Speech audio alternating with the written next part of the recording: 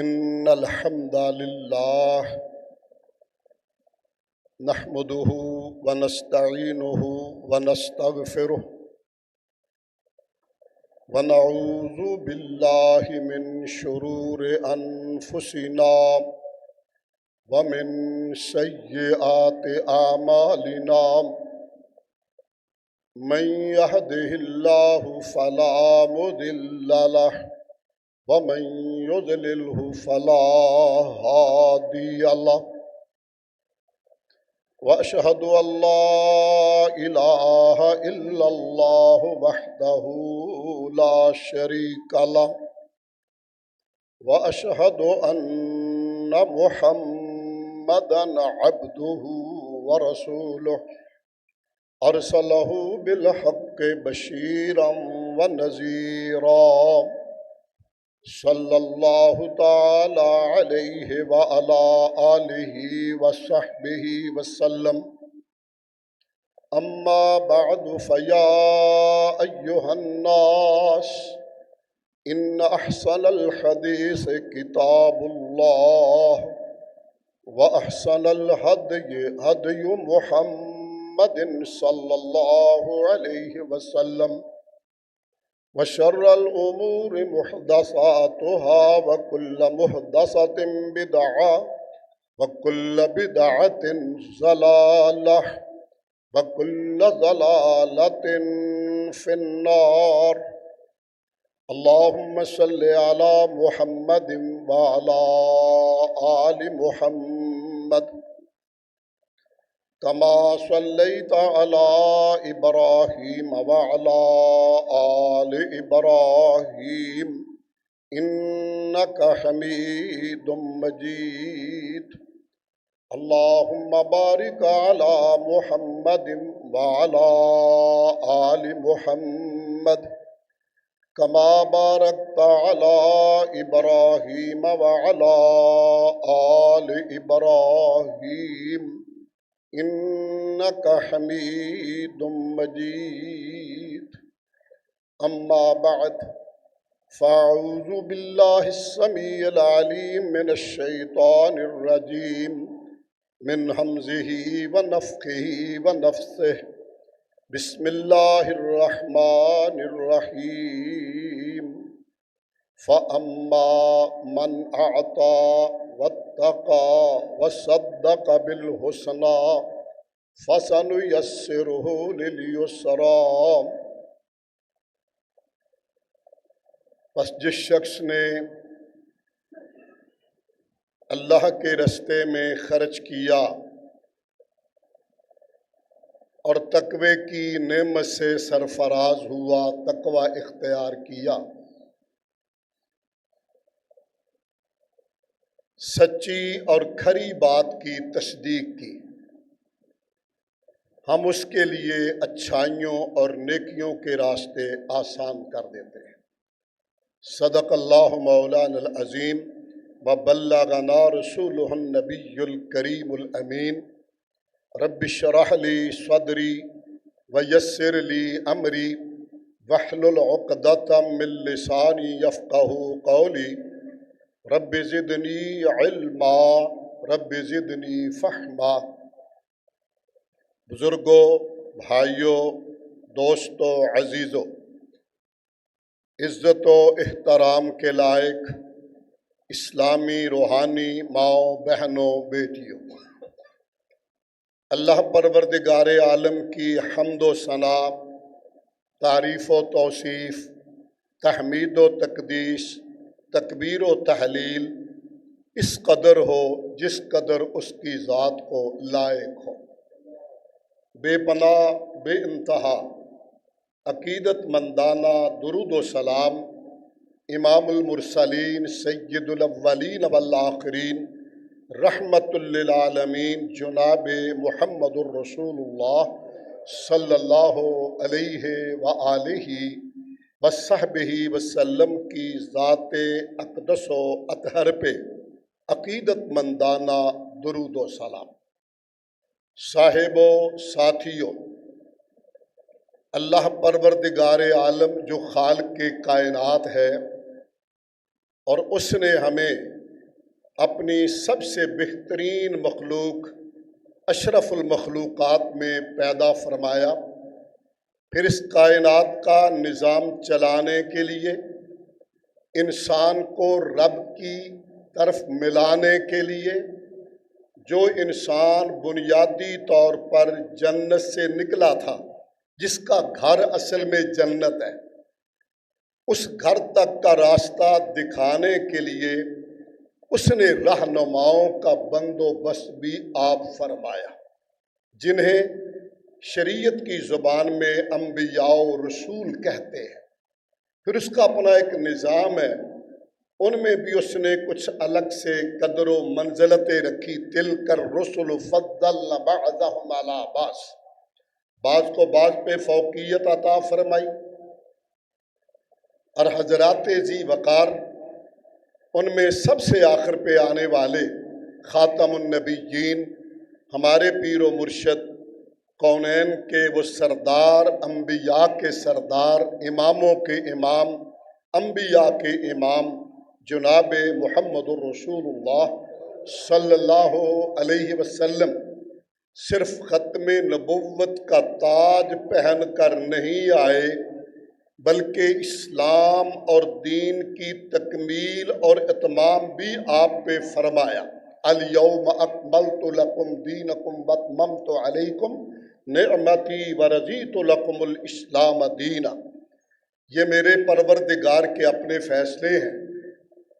اللہ پروردگار عالم نے کائنات کے لوگوں کے دلوں کو دیکھا، ان میں سب سے بہتر، سب سے افضل، سب سے اجمل، سب سے اکمل دل کونین کے اس سردار کا، سرور انبیاء صلوات اللہ علیہ کا دل پایا اور آپ کو چن لیا۔ چونکہ نبوت وحی ہوتی ہے، یہ اللہ کا چناؤ ہوتا ہے۔ اللہ جانتا ہے میں نے کس کو نبی اور رسول بنانا ہے، اس میں کسی اور کا عمل دخل نہیں ہوتا، یہ وحی ہے۔ باقی تمام درجات کسبی ہیں، یہ ضمناً بات آگے آئے گی۔ حضرات ذی وقار، پھر میرے مولا نے لوگوں کے دلوں کو دیکھا، اپنی امت پہ بات کر رہا ہوں، لوگوں کے دلوں کو دیکھا تو ان میں سب سے اچھے، سب سے اعلیٰ، تقوی والے، للہیت والے، رب کا خوف دل میں رکھنے والے، رب سے محبت کرنے والا ایک جماعت کو دیکھا جسے اصحاب رسول کہتے ہیں۔ تو اللہ نے انہیں چنا اپنے پیغمبر کے وزیروں کے طور پہ، اپنے پیغمبر کے مشیروں کے طور پہ، اور وہ طبقہ پوری کائنات میں، امتوں میں بھی، اور ہماری امت میں سب سے افضل ترین طبقہ اصحاب رسول کا ہے۔ اور صحابی وہ ہوتا ہے جسے ایمان کی حالت میں سرور کونین تاجدار حرمین صلی اللہ علیہ وسلم کا دیدار پر انوار نصیب ہو جائے، اور پھر وہ آخر تک ایمان پہ قائم رہے۔ شرف صحابیت اتنا عمدہ، اتنا اعلیٰ، اتنا اونچا ہے کہ جس آنکھ نے ایمان کی حالت میں اس کائنات کے خلاصہ اور جوہر کائنات علیہ السلام کو ایک بار دیکھ لیا، اس پہ جہنم کی آگ حرام ہو جاتی ہے۔ یہ صحابہ 1.5 لاکھ کے لگ بھگ ہیں۔ پھر اللہ کا نظام، اور 1.5 لاکھ میں سارے افضل، اعلیٰ، چنیدہ ہیں، رب کے محبوب ہیں، رب نے چنے ہیں، مگر ان میں حدیبیہ والے درجے مقام میں اعلیٰ ہیں، یہ 1400 صحابہ۔ پھر یہ بھی شامل کر لیے جائیں تو پھر میدان بدر میں جانے والے سب سے اعلیٰ ہیں، انہیں بھی شامل کر لیا جائے تو 10 مبشرہ، 10 جنتی صحابی پھر اعلیٰ ہیں، انہیں بھی شامل کر لیا جائے تو پھر خلفائے راشدین اعلیٰ اور افضل ہیں، انہیں بھی شامل کر لیا جائے تو جناب ابو بکر صدیق رضی اللہ عنہ افضل البشر بعد الانبیاء بالتحقیق، نبیوں کے بعد سب سے افضل ترین ہستی اور شخصیت سیدنا صدیق اکبر رضی اللہ عنہ کی ہے۔ حضرات، اس مختصر تمہید کے ساتھ ذوالحجہ کی مناسبت سے آج کے خطبے میں خلیفہ ثالث داماد نبی ہم زلف علی رفیق شیخین خالو حسنین غنی ذوالنورین کامل الحیاء والایمان جامع القرآن سیدنا عثمان ابن عفان رضی اللہ عنہ و ارضاہ، ان کی سیرت کے حوالے سے موضوع شہادت تک نہیں پہنچ سکے گا، ابتدائی سیرت کے حوالے سے چند باتیں عرض کرنا چاہتا ہوں۔ امت ساری اس بات کو جانتی ہے کہ آپ کی فضیلت میں ایک سب سے اہم یہ ہے کہ پوری کائنات کے انسانوں میں جو فوقیت پروردگار نے سیدنا عثمان کے حصے میں رکھی، کسی اور کے حصے میں نہ آئی۔ یہ واحد ہستی ہیں پوری دنیا میں، پورے انبیاء کے صحابہ میں، جن کے حبالہ نکاح میں کائنات کے امام علیہ السلام کے دو نور آئے، دو لہتے جگر آئی، اس لیے آپ کو ذوالنورین کہا جاتا ہے، اگرچہ اس کے اسباب محققین نے اور بھی بیان کیے ہیں۔ میں یہاں تھوڑا سا یہ کہنا چاہوں گا، ہم علی وجہ البصیرت سمجھتے ہیں کہ صرف رشتہ یہ بنائے فضیلت نہیں ہوتا، من وجہ ہے، کوئی انکار نہیں مجھے اس کا، لیکن اصل فضیلت ان اکرمکم عند اللہ اتقاکم، کہا عربی کو عجمی پہ، عجمی کو عربی پہ، کالے کو گورے پہ، گورے کو کالے پہ، لا کوئی درجہ نہیں ہے، فوقیت نہیں ہے، اہمیت نہیں ہے۔ اہمیت کس کو ہے؟ ان اکرمکم عند اللہ اتقاکم، جسے اللہ نے تقوی کی نعمت دے دی، رب سے تعلق زیادہ استوار کیا، وہ درجے میں اعلیٰ ہے۔ لیکن ایک وجہ سے بھی، اور ویسے بھی چونکہ ایک طبقے کی طرف سے ایک پروپیگنڈا کیا جاتا ہے، اس ناطے سے میں تھوڑی بات ان کی رشتہ داری کی بھی کرنا چاہتا ہوں۔ سیدنا عثمان ابن عفان کا سرور کونین علیہ السلام سے 13 رشتہ ہے۔ پہلا رشتہ یہ نجیب الطرفین کرشی ہے، 5ویں پشت میں حضرت عثمان کا اور سرور کونین علیہ السلام کا نسب ایک جگہ پہ چلا جاتا ہے، 5ویں پشت میں۔ دوسرا، حضرت عثمان کی والدہ حضرت عروہ بنت ام الحکیم بنت عبد المطلب، سردار عبد المطلب کی نواسی ہیں، ام الحکیم کی بیٹی، اور حضور سرور کونین علیہ السلام سردار عبد المطلب کے پوتے ہیں۔ حضرت عثمان کی والدہ ماجدہ حضرت عروہ اور جناب کے والد ماجد حضرت عبداللہ، یہ آپس میں پھپھی زاد بہن اور ماموں زاد بھائی کا رشتہ رکھتے ہیں۔ ام الحکیم سردار عبد المطلب کی بیٹی، عبداللہ جناب کے بیٹے ہیں چھوٹے سب سے، اس ناطے سے حضرت عثمان حضور کے بھانجے لگے، چونکہ ان کے والد اور ان کی والدہ کا پھپھی زاد اور ماموں زاد کا رشتہ ہے، دوسرا۔ اور تیسرا اہم ترین جسے ساری کائنات جانتی ہے، وہ ہے آپ کا رشتہ ذوالنورین ہونے کا۔ اس میں ذرا توقف کر کے ایک بات عرض کرنا چاہوں گا۔ بد نصیبی سے ایک عام پروپیگنڈا کیا گیا، اور اتنا کیا گیا کہ عوام اس کا شکار ہوئے،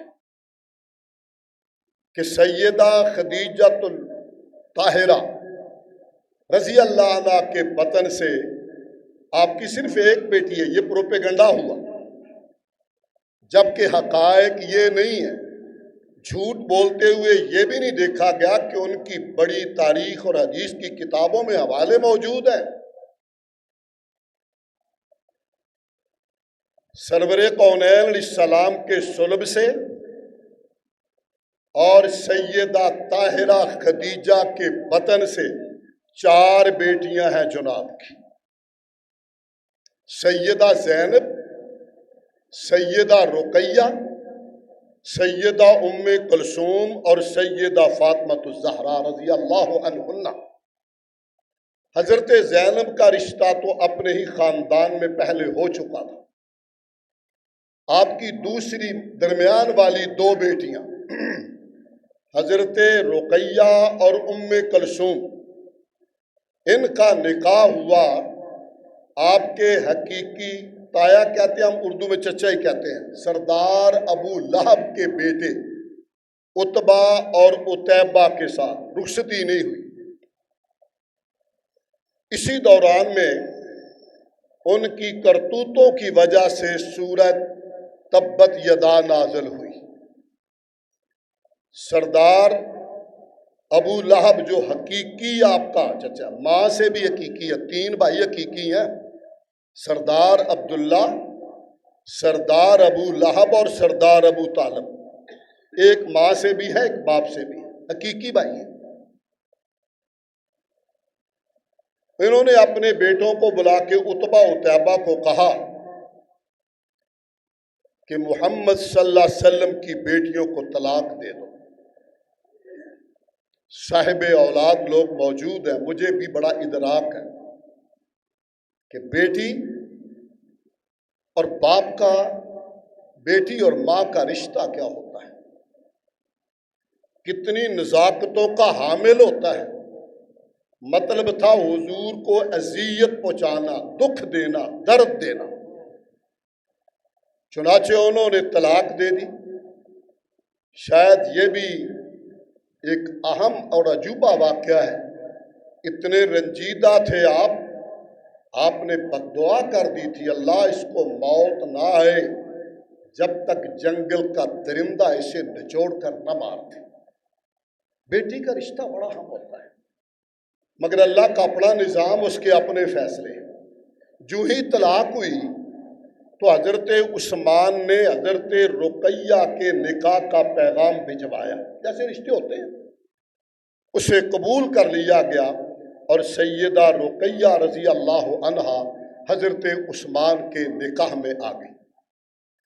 غزوہ بدر ہونے کو ہے، پہلا معرکہ ہے، مسلمان تھوڑی تعداد میں ہیں، کفار کا لشکر بڑا زبردست آ رہا ہے. ایک ایک فرد کی ضرورت، ایک ایک مرد کی ضرورت، ایک ایک بندے کی ضرورت. جب لشکر چلنے لگا، ان دنوں سیدہ رقیہ چیچک کی بیماری میں پابند بستر تھی، بستر حرالت پہ تھی.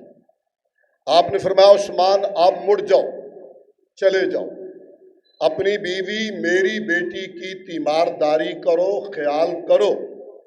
اللہ تجھے بدر کے لوگوں میں شریک رکھے گا، تو جائے گا نہیں مگر ہوگا ان میں شامل. یہ صحیح روایت ہے.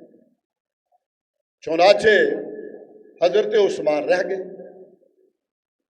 اور یہ ایک موقع پہ عثمان بن مظعون کی روایت ہے کہ مصر سے ایک بندہ آیا تھا، اس نے حضرت عبداللہ ابن عمر رضی اللہ عنہ سے پوچھا تھا کہ عثمان جنگ بدر سے غائب نہیں تھے؟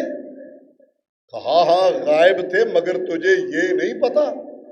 آپ نے فرمایا تھا عثمان جو درجہ، جو مقام، جو مال غنیمت کا حصہ باقی لوگوں کا ہوگا وہ تیرا بھی ہوگا. تو جائے گا نہیں مگر شریک سمجھا جائے گا. اتفاق سے اللہ نے مہربانی کی، غزوہ بدر میں مسلمانوں کو اللہ نے کامیاب فرمائے. ادھر سیدہ رقیہ کا آخری وقت آ گیا. آپ اس کی تجہیز و تکفین میں مصروف ہوئے، اور یہ بڑا دردناک ایک لمحہ تھا جب ان آخری گھڑیوں میں سیدہ رقیہ نے اپنے بابا کو یاد کیا اور مکہ معظمہ میں اپنی بہن کا پوچھا، زینب کا۔ حضرت عثمان کہتے ہیں میں غم کی تصویر بنا ہوا آنسو بہا رہا تھا کہ میرے بس میں کچھ نہیں۔ ہم سیدہ کو دفنا کے نکلے، ایک صحابی جوان حضور کی سواری لے کے فتح کا شادیانہ بجاتے ہوئے آیا کہ ابشر ابشرو، مبارک مبارک، 70 بڑے بڑے سردار قریش مارے گئے، 70 پکڑے گئے، اللہ نے فتح عطا فرمائی۔ ظاہر فطری بات تھی، لوگوں میں خوشی کا یہ موقع تھا۔ حضرت عثمان فرماتے ہیں میری کیفیت عجیب تھی، خوشی بھی بے پناہ تھی، غم نے بھی چور کیا ہوا تھا۔ حضور جب واپس تشریف لائے تو پتہ چلا سیدہ رقیہ کا انتقال ہو چکا ہے۔ اب سیدھے بقیع الغرقد میں گئے اور دیر تک بیٹی کی قبر پر بیٹھ کر دعائیں کرتے رہے۔ کچھ دنوں کے بعد ایک دن دیکھا، مختلف روایات اس حوالے سے،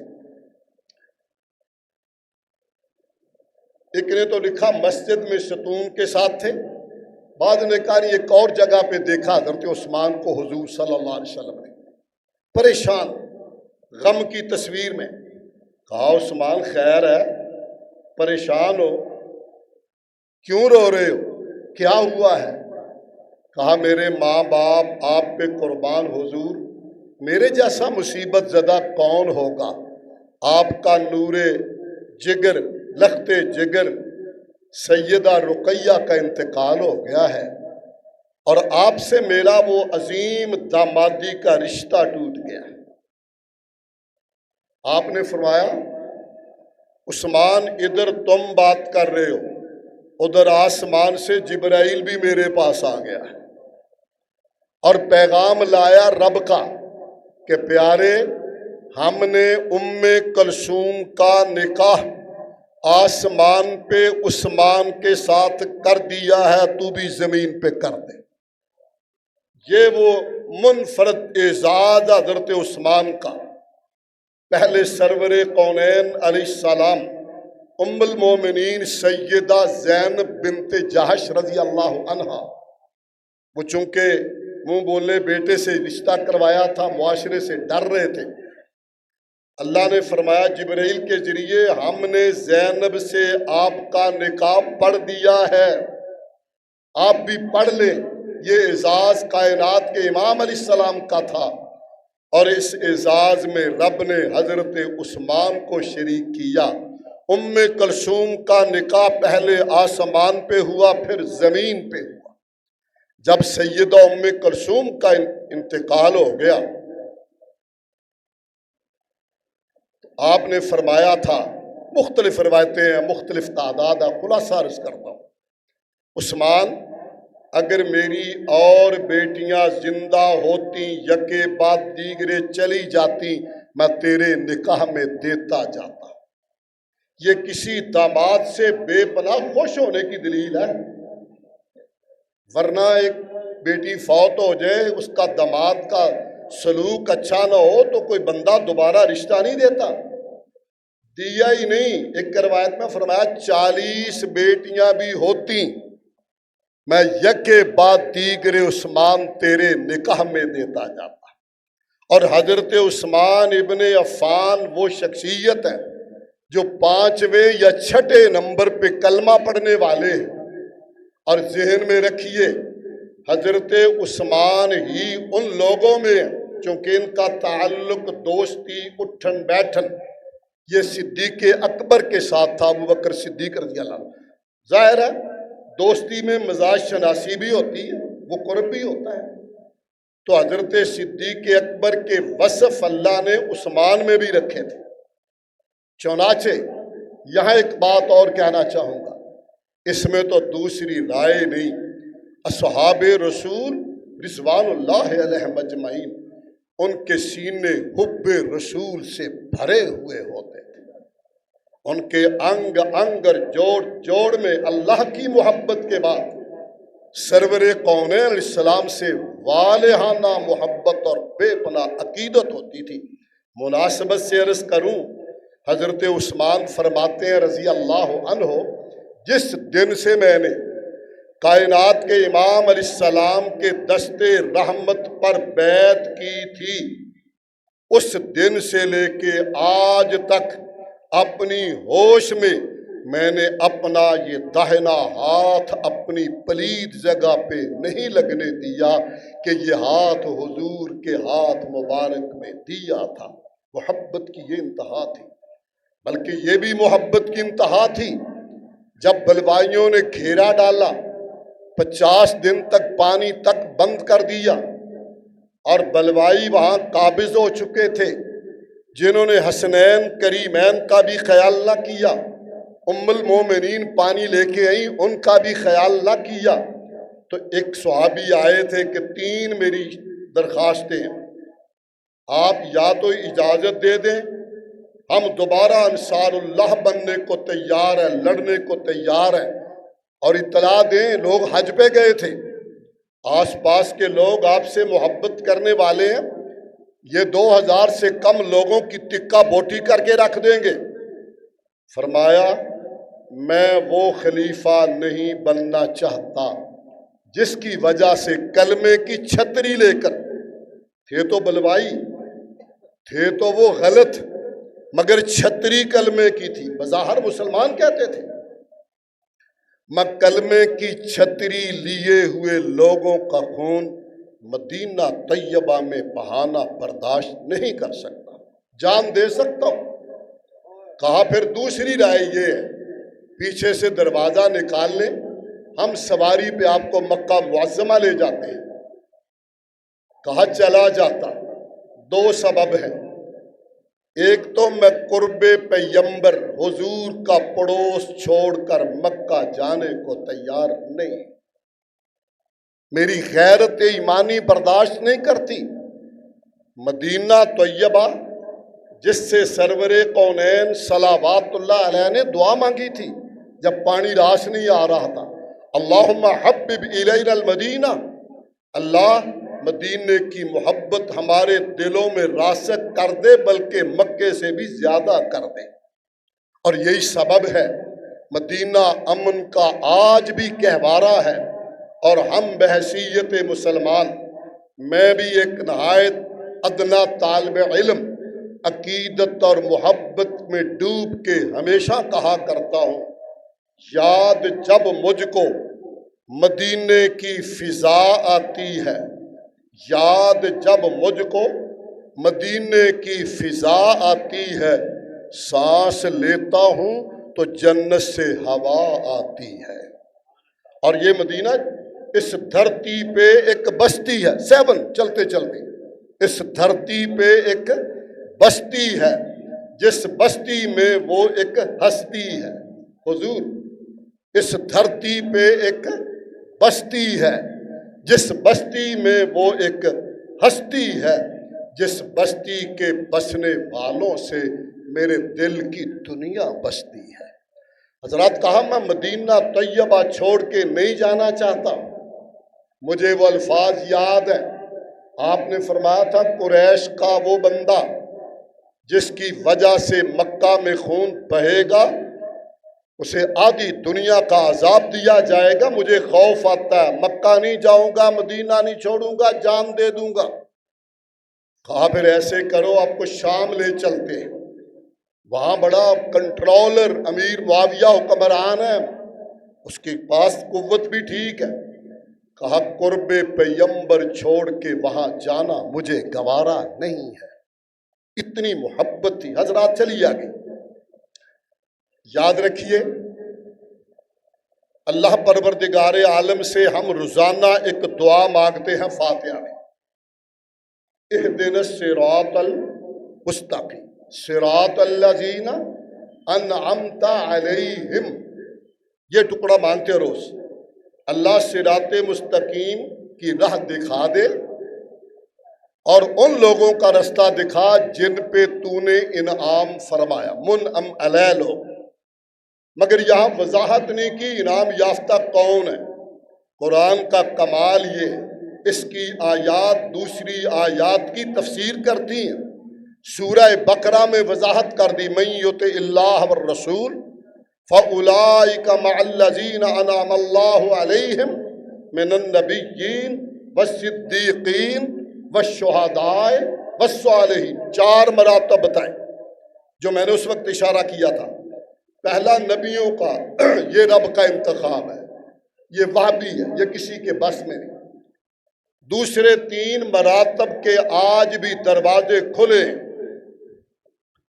یہاں قرآن نے وضاحت کر دی، ابو بکر صدیق ہیں اور جماعت صدیقین کے سرخیل ہیں۔ ابو بکر صدیق اکبر ہیں، ابو بکر صدیق جماعت صدیقین کے گلے سرسبد ہیں، مگر صدیقین کا دروازہ بند نہیں ہوا۔ جو آیات مبارکہ آج کے خطبے کا میں نے موضوع بنانے کی کوشش کی تھی، ان میں صدیق کی صفات بیان ہوئی ہیں۔ ٹائم مجھے شاید اتنا گھڑی اجازت نہیں دے گی، خلاصے کے طور پر عرض کروں گا۔ فَأَمَّا مَنْ أَعْطَى وَاتَّقَى وَصَدَّقَ بِالْحُسْنَى فَسَنُيَسِّرُهُ لِلْيُسْرَى۔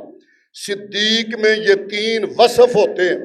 اگلی سورت کے اگلے حصے میں اس کی تفصیل ہے۔ خلاصہ، آتا وہ رب کے رستے میں خرچ کرتا ہے، یہ سمجھ کر مال اس نے دیا میرا نہیں، وہ مانگے تو میں دینے کو تیار ہوں۔ مال میرا نہیں، اس کا ہے، عطا اس کی ہے، وہی مانگے تو دینے کو تیار ہوں۔ اور وہ بھی اتنا ارحم الراحمین ہے۔ عام انفاق، صدقہ، خرچہ، خیرات، وہ تو رب کی راہ میں جاتا ہے، درجے ہیں 10 گنا 700 گنا نیت کے مطابق، ایمان کی قوت کے مطابق درجے ملتے جائیں گے۔ لیکن ایک لفظ پہ کبھی آپ نے غور کیا ہو؟ اللہ رب العالمین فرماتے ہیں وہ لوگ جو اللہ کو قرض حسنہ دیتے ہیں، یقرض اللہ قرضا حسنا، اللہ تو غنی ہے، اللہ تو سب کو دینے والا، للہ میراث السماوات والارض، زمین و آسمان کے خزانے اس کے، اسے قرض لینے کی کیا ضرورت ہے؟ یہ اس سے مراد یہ مفسرین نے بتایا کہ جو بندہ اعلاء کلمۃ اللہ کے لیے، دین حق کی نشر و اشاعت کے لیے، دین کا پرچم بلند کرنے کے لیے خرچ کرے گا، اللہ فرماتے ہیں میرے ذمے قرض ہے اور اسے کئی درجے بڑھا کر اتار دوں گا۔ حضرات ذی وقار، یہ وصف صدیق میں بالاولیٰ ہے۔ آپ جانتے ہیں غزوہ تبوک میں صدیق اکبر نے سارا گھر کا مال پیش کر دیا تھا، عمر فاروق نے آدھا پیش کر دیا تھا، عثمان بھی پیچھے نہیں رہے۔ یہ پہلا موقع تھا، سپر پاور سے لڑائی تھی۔ آج بھی دنیا جس انداز سے گھیرے میں آئی ہوئی ہے اور ملت کفر جس انداز سے ایک ایک کر کے مسلمانوں کا خاتمہ کرنا چاہتے ہیں، امت مسلمہ کے لیے سوالیہ نشان ہے۔ اب نہیں جاگو گے، اب نہیں ہوش میں آئیں گے تو پھر شاید تاریخ تمہیں زیادہ حق نہ دے۔ حضرات، سپر پاور سے لڑائی ہے، آپ بیٹھ کے مانگ رہے ہیں کہ 2 رب کے رستے میں لوگ لے کے آئے، حضرت عثمان کھڑے ہوئے، 2 روایتیں، یہ صحیحین کی روایت ہے، فرمایا حضور 100 اونٹ